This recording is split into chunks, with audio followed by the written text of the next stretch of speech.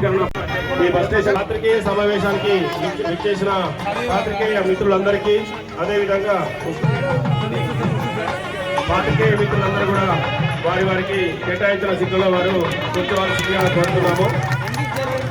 Flag inauguration అయిపోయిన తర్వాత నిర్వహిస్తారు. కొంచెం వెనక్కి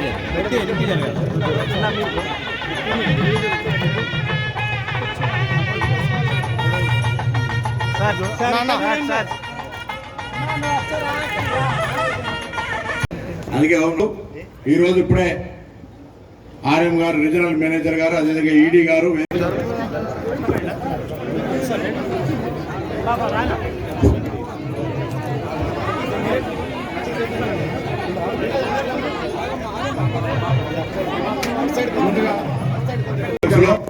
మీరు కూడా అదే రోజు 494 ట్రిప్పులు వస్తాయి. ఇక్కడ నుంచి 16,000 15,000 ప్రయాణం చేసే బస్ స్టాండ్ నుంచి 25,000 మంది బస్సులు ప్రయాణం చేస్తారు రోజు, 25,000 మంది.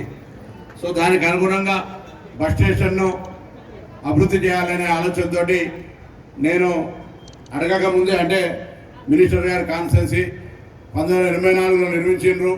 ఇప్పుడు 2024 40 ఏళ్ళే. సరే, అన్ని ప్రభుత్వాలు కాంగ్రెస్ ఉండే, టీడీపీ ఉండే, టీఆర్ఎస్ ఉండే, ఎవరిని మనం ఇక్కడ మహాలక్ష్మి వచ్చిన తర్వాత ఎట్లయితే ఇంట్లో మహాలక్ష్మి ఉడితే ఇల్లంతా కలకలాడుతుందో, ఆర్టీసీ బస్ స్టాండ్కి, ఆర్టీసీ డిపార్ట్మెంట్కు మహాలక్ష్మి పథకం వచ్చిన తర్వాత అన్ని బస్ స్టాండ్లు బస్సులన్నీ కలకలాడుతున్నాయి. మా అక్క చెల్లెలందరితో ఆర్టీసీ బస్సుల్లో ప్రయాణం చేసినారు ఉచితంగా. వారందరికీ అభినందనలు. ఎక్కడైనా ఏదైనా అసౌకర్యం కలిగితే క్షమించండి. రాబోయే కాలంలో కొత్తగా బస్సులు తేవడం కావచ్చు, నూతన రిక్రూట్మెంట్ కావచ్చు, ఈ విధంగా బస్ స్టాండ్ల నిర్మాణం కావచ్చు, ఇతర అన్ని కూడా చేపట్టబోతున్నాం. అన్నిటికంటే ఎక్కువగా మీ హుస్నాబాద్ నియోజకవర్గ ప్రజల ఆశీర్వచనంతో, మీరు ఇచ్చినటువంటి దీవెనతోటి శాసనసభ్యులై రాష్ట్రంలో మంత్రిగా అయిన తర్వాత ఆర్టీసీ శాఖ, బీసీ సంక్షేమ శాఖ రావడంతో ఇలా ఆర్టీసీకి సంబంధించి మళ్ళీ ఒకసారి ఆర్టీసీని పునరుజ్జీవం చేసి, గతంలో చాలా ఇబ్బందుల్లో ఉండే ఆర్టీసీ, అటువంటి ఆర్టీసీ ఇప్పుడు పాత బకాయిలు తప్ప కొత్తగా రోజువారీ నడవడానికి ఎక్కడ కూడా రూపాయి లాస్ లేకుండా ఉండే విధంగా కార్యాచరణ తీసుకొని ముందుకు పోతున్నామని మనం చేస్తాం. దానికి ప్రభుత్వం సహకారము, ఎక్కిన ఉచితంగా ప్రయత్నం చేస్తున్న ప్రతి మహిళ బిల్లును రాష్ట్ర ప్రభుత్వం నెలకు 350 కోట్ల రూపాయలు ఆర్టీసీకి ఇస్తా ఉంది.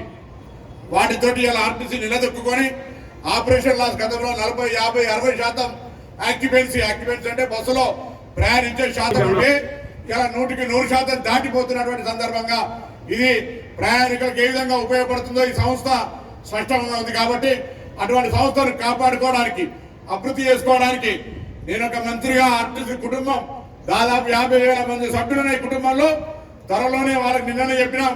దానికి సంబంధించి ముఖ్యమంత్రి గారితో మాట్లాడి వాళ్ళ దీర్ఘకాలిక సమస్యలన్నీ పరిష్కారం చేస్తామని చెప్పినాం. ఆనాడు కూడా చెప్పినాం.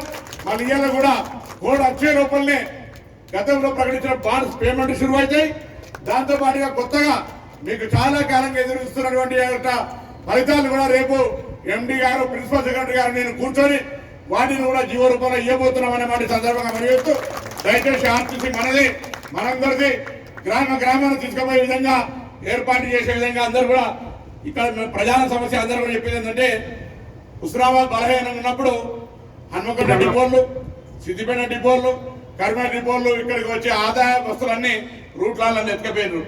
ఆ రూట్లు కొన్ని మళ్ళీ మా హుస్నాబాద్ డిపోకి ఇవ్వని అడుగుతారు. ఏంటి చెప్పారు? కొన్ని హన్మకొండ కూడా కావచ్చు, సిద్దిపేట కావచ్చు, కరీంనగర్కు హుస్నాబాద్ బస్ డిపోలో కొత్త బస్సులు తెచ్చి నడపమని అక్కడ వాళ్ళందరి కోరిక. బస్సు ఇప్పుడు ఎక్కువ మాట్లాడకుండా నిర్మాణం అయినాక నేను చెప్పిన రాంగ ఇంకో శివాలయం వాళ్ళతో మాట్లాడిపిస్తానే మాట సందర్భంగా మనం